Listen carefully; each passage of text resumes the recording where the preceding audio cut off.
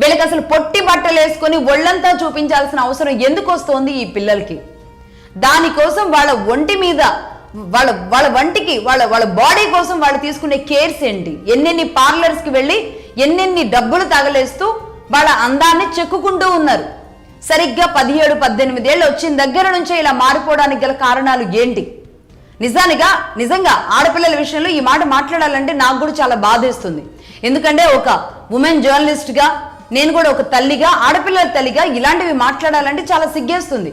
కానీ సమాజంలో దాదాపుగా ఈరోజు అత్యధిక పర్సంటేజ్ ఇటువైపు వెళ్ళిపోతున్నారు. అది తల్లులుగా, తండ్రులుగా మన బాధ్యత.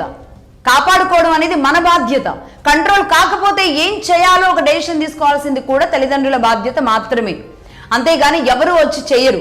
బట్ దీనికి ప్రిపేర్ అయిపోయారు కాబట్టే తల్లిదండ్రులు, అంటే వాళ్ళ లైఫ్ని వాళ్ళని ఎంజాయ్ చేయమని వదిలేస్తున్నారా? మరి 17, 18, 19 ఏళ్లకే ఈరోజు అనేక మంది ఆడపిల్లలు, మగపిల్లలు తమ వర్జినిటీ కోల్పోతున్నారు అని ఇప్పటికి అనేక రకాల సర్వేలు చెబుతూ ఉన్నాయి. అనేక మంది డాక్టర్లు చెబుతూ ఉన్నారు. మరి అలాంటప్పుడు ఇదే పిల్లలకి ఇదే వయసులో పెళ్లిళ్ళే చేసేయొచ్చు కదా. మళ్ళీ మన పాత తరం సాంప్రదాయం ప్రకారం 17, 18, 19 ఏళ్ల పెళ్లిళ్ళని మనం యాక్సెప్ట్ చేయం. కానీ వీళ్ళు మాత్రం తమ వర్జినిటీని కోల్పోతూ ఇష్టం వచ్చినట్టు తిరగడాన్ని యాక్సెప్ట్ చేస్తాం. ఇదెక్కడ పద్ధతి? ఇది ఏ తల్లిదండ్రులు ఇలా వదిలేస్తున్నారు? ముఖ్యంగా ఆడపిల్లల తల్లిదండ్రులకు నేను చెబుతున్నాను. ఇక నెంబర్ 2, సామాజిక కోణంలో, అంటే సమాజానికి ఒక తలనొప్పిగా మారారు. ఇంటి వరకు వాళ్ళ సమస్య ఉంది, అది వేరే విషయం. అది ఇంటి వరకే ఉంది. ఎందుకంటే వాళ్ళ పిల్లలు వాళ్ళ ఇష్టం, వాళ్ళు తిరుగుతారో, తాగుతారో, పడి చస్తారో వేరే వాళ్ళకి అవసరం లేదు నిజానికి. కానీ ఇది సామాజిక సమస్యగా ఎలా మారింది అంటే, వీళ్లను చూసి బయటకు వచ్చిన తరువాత అదే క్లాస్లో ఉన్నవాళ్ళు, వాళ్ళ సర్కిల్స్లో ఉన్నవాళ్ళు వాళ్ళలాగా తయారవుతున్న పరిస్థితి ఉంది. ఇదే అమ్మాయిలు చిన్న చిన్న పొట్టి డ్రెస్సులు వేసుకొని వీకెండ్ అవ్వగానే ఇదే జూబ్లీ హిల్స్ ఏరియాల్లో పబ్స్ చుట్టూ తిరుగుతున్నారు.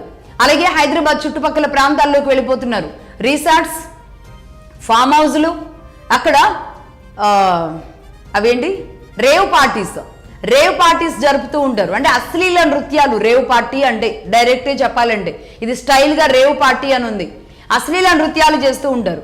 మత్తు అంటే మందు తాగుతూ ఉంటారు. ఆ మందు కిక్కు కూడా సరిపోక ఇప్పుడు డ్రగ్స్కి వెళ్ళిపోయారు అనేక మంది.